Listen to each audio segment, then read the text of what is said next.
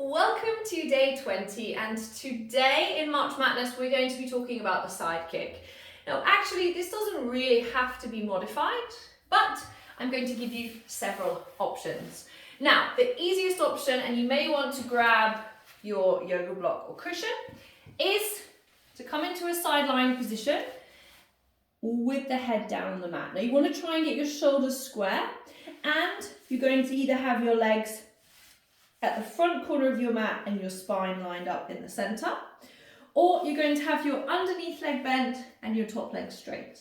So you're really going to just choose which feels right for you. I always like to hug my cushion as well. This just gives me a bit of extra support. This position here is probably the most stable. I've got my hips stacked one on top of the other.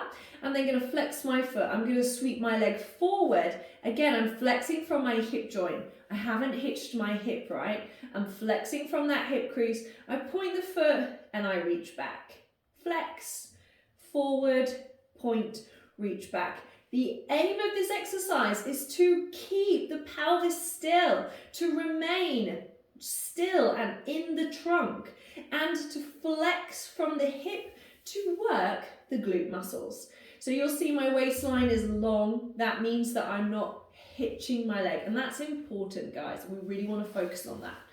If you want to make it slightly harder, you of course are going to have the leg at 45 degrees. You're probably going to need to minimize the range of motion, okay, in order to maintain that stability. And that's really what I want you to focus on. More than making the leg go as big and as far as you can, focus on keeping the hips still.